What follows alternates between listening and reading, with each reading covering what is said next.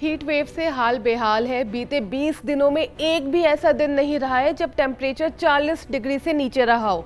इधर हम भारत में 40 डिग्री झेल रहे हैं, उधर अंग्रेज 26 डिग्री टेम्परेचर से परेशान है। हाँ, सच कह रही हूँ।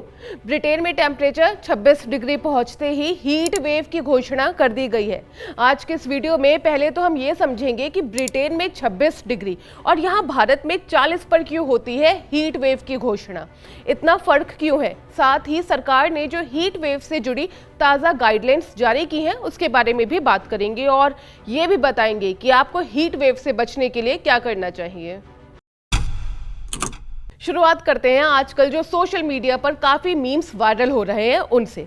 ये मीम्स ब्रिटेन में जो 26 डिग्री पर हीट वेव अनाउंस हुआ है उसे लेकर है। लोग मजे इस बात के ले रहे हैं कि जिस 26 डिग्री को विदेश में अंग्रेज हीट वेव बोल रहे हैं वो तो यहाँ भारत में आजकल और ख़ास तौर पर दिल्ली में आइडियल टेम्परेचर माना जाता है।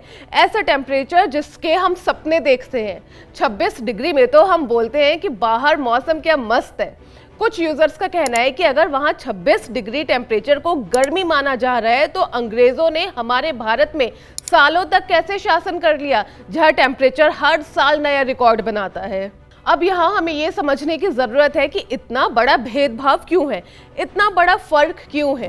इसे समझने के लिए पहले ये समझना होगा कि भारत में हीट वेव की अनाउंसमेंट कैसे की जाती है। हीट वेव तब मानी जाती है जब किसी एरिया का टेम्परेचर एवरेज टेम्परेचर से ज़्यादा होता है। मौसम विभाग के मुताबिक जब मैदानी इलाकों का मैक्सिमम टेम्परेचर 40 डिग्री पहुंच जाता है और पहाड़ी एरियाज़ का टेम्परेचर 30 डिग्री तक चला जाता है तो हीट वेव की अनाउंसमेंट की जाती है।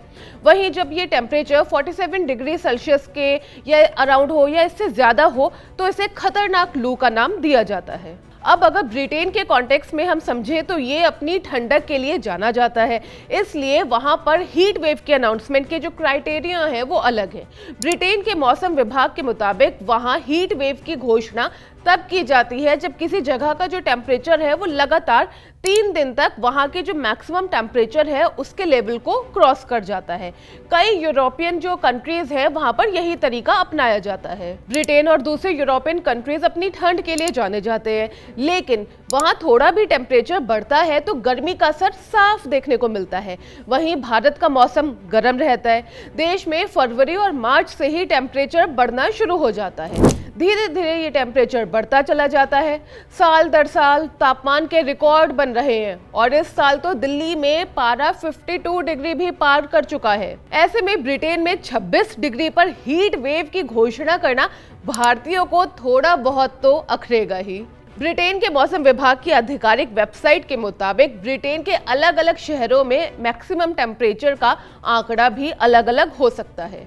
अब जो सोशल मीडिया पर लोग सवाल कर रहे हैं कि अंग्रेज इतनी गर्मी में भारत में कैसे इतने सालों तक राज कर लिए, तो इसके पीछे का भी तर्क कई है। एक तर्क तो ये है कि उस समय अंग्रेज नैनीताल, शिमला जैसी जगहों पर गर्मियों में चले जाया करते थे। इन जगहों पर आपको अंग्रेजों के जमाने के कई इमारतें भी मिल जाएंगी। एक दूसरी थ्योरी ये भी है कि उस समय भारत में शिप्स के रास्ते बर्फ भेजी जाती थी। बहरहाल अब बात करते हैं कि फिलहाल हमें हीट वेव से कैसे बचना है। सरकार ने क्या गाइडलाइंस जारी की है। राजधानी दिल्ली समेत देश के कई राज्यों में भीषण गर्मी को देखते हुए स्वास्थ्य विभाग अलर्ट हो गया है। केंद्रीय स्वास्थ्य मंत्री जेपी नड्डा ने लू की कंडीशन और केंद्र सरकार के अस्पतालों की तैयारियों की समीक्षा की है। स्वास्थ्य मंत्रालय ने यह भी कहा है कि लू से संबंधित रोगियों के इलाज के लिए अस्पतालों में इमरजेंसी सुविधा हो और एसी एम्बुलेंसेस या तो खरीदे जाए या फिर कहीं से अरेंज करके रखे जाएं। डीडीएमए यानी कि डिस्ट्रिक्ट डिजास्टर मैनेजमेंट अथॉरिटी ने लोगों से अपील की है कि वो इस भीषण गर्मी और हीट वेव के दौरान किस तरह से अपना ख्याल रख सकते हैं। उन्होंने एक पॉइंटर्स की लिस्ट पूरी जारी करी है, उसमें उन्होंने बताया है कि क्या करें और क्या ना करें। तो जानिए कि आपको क्या करना है और क्या नहीं करना है। पहला, दोपहर 12 से 3 बजे के बीच धूप में बाहर जाने से बचें। जितना हो सके उतना पर्याप्त मात्रा में पानी पिएं और प्यास नहीं होने पर भी जितना पॉसिबल हो आप पानी पीजिए।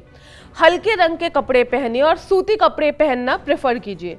धूप में बाहर जाते वक्त आई सेफ्टी के लिए चश्मा, छाता, टोपी, जूता या चप्पल, इन सब का यूज जरूर करें। अगर बाहर का टेम्परेचर ज्यादा है तो उत्साह वाली और जोरदार गतिविधियों को करने से बचें, जैसे कि क्रिकेट वगैरह फिलहाल ना खेलें। दोपहर 12 से 3 के बीच में बाहर जो काम है वो करने से बचें। यात्रा करने के दौरान अपने साथ पानी जरूर रखें। शराब, चाय, कॉफी और कार्बोनेटेड जो ड्रिंक्स है उन्हें पीने से बचें, ये शरीर को डिहाइड्रेट जल्दी करती हैं। हाई प्रोटीन वाला जो बासी खाना है वो खाने से बचें। अगर आप बाहर काम करते हैं तो टोपी और छाता का इस्तेमाल तो आप जरूर करें। सिर, गर्दन, चेहरे और बाकी के जो बॉडी पार्ट्स हैं उन्हें गीले कपड़े से आप ढकते रहें। बच्चों या पालतू जानवरों को प्लीज पार्किंग एरिया में ना छोड़ें। अगर आप बेहोश हों या फिर बीमार महसूस करें तो तुरंत डॉक्टर को दिखाएं। ORS, लस्सी, नींबू पानी, छाछ, इन सब चीज़ों को ज़्यादा से ज़्यादा पिएं और जानवरों को भी छांव में रखें और उन्हें प्लीज़ पानी पिलाते रहें। अपने घर को ठंडा रखने का काम करें। पर्दे, शटर या सनशेड का इस्तेमाल करें और रात में खिड़कियों को खोल कर सोएं। पंखे का यूज़ करें और गीले कपड़े पहने और बार बार ठंडे पानी से नहाते रहें। बहरहाल जाते जाते आपको बता दें कि हीट वेव से दुनिया के कई और देश भी बेहाल हैं। इस साल मक्का की सालाना तीर्थ यात्रा यानी कि हज के दौरान कम से कम 550 तीर्थ यात्रियों की मौत हो चुकी है।